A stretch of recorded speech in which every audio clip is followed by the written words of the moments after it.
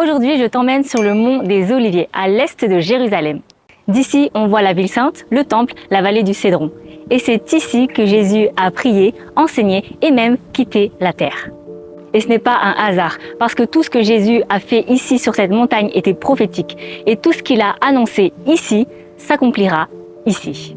Bienvenue dans le dernier épisode de notre série sur les pas de Jésus. Le mont des Oliviers se trouve entre Jérusalem et le désert de Judée.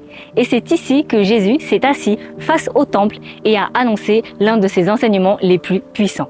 Le discours du mont des Oliviers, transcrit dans Matthieu 24, Marc 13 et Luc 21. Dans ces récits, les disciples de Jésus lui demandent « Dis-nous, quand cela arrivera-t-il et quel sera le signe de ton retour ?» Jésus leur parla alors de la fin des temps. Des guerres, des famines, des tremblements de terre, mais aussi de l'annonce de l'évangile à toutes les nations et de son retour à la fin du monde. Dans Matthieu 24, il est écrit « Alors le signe du Fils de l'homme paraîtra dans le ciel, et toutes les tribus de la terre se lamenteront, et elles verront le Fils de l'homme venant sur les nuées du ciel, avec puissance et une grande gloire. » Et ce n'est pas tout. Après sa résurrection, Jésus est revenu une dernière fois sur cette montagne. Les évangiles racontent qu'il a béni ses disciples, puis qu'il s'est élevé vers le ciel, ici même, depuis le mont des Oliviers. Et alors qu'ils le regardaient monter, deux anges leur ont dit « Ce Jésus qui a été enlevé au ciel reviendra de la même manière que vous l'avez vu partir. » Le mont des Oliviers symbolise une boucle prophétique parfaite, le lieu de l'ascension et aussi le lieu du retour de Jésus-Christ. Et ce n'est pas un hasard. Longtemps avant Jésus, le prophète Zacharie avait annoncé ce moment.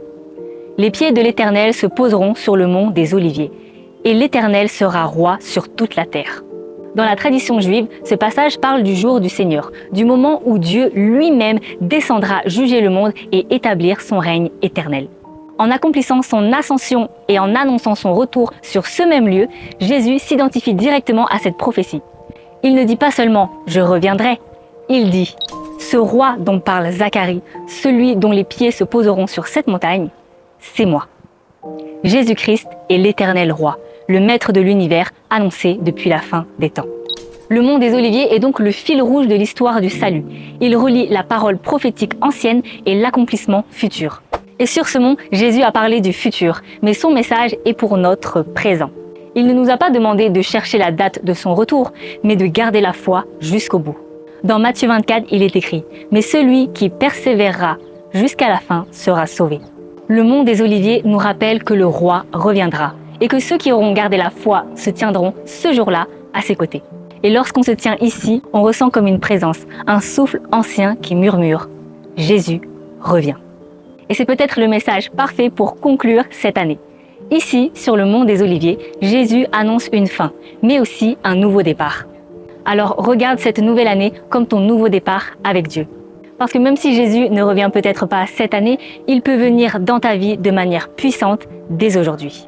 Parce que chaque nouveau jour est une occasion de marcher sur les pas de Jésus. Merci d'avoir suivi cette série, j'espère que tu as été béni. On se retrouve l'année prochaine pour continuer à marcher ensemble avec Jésus.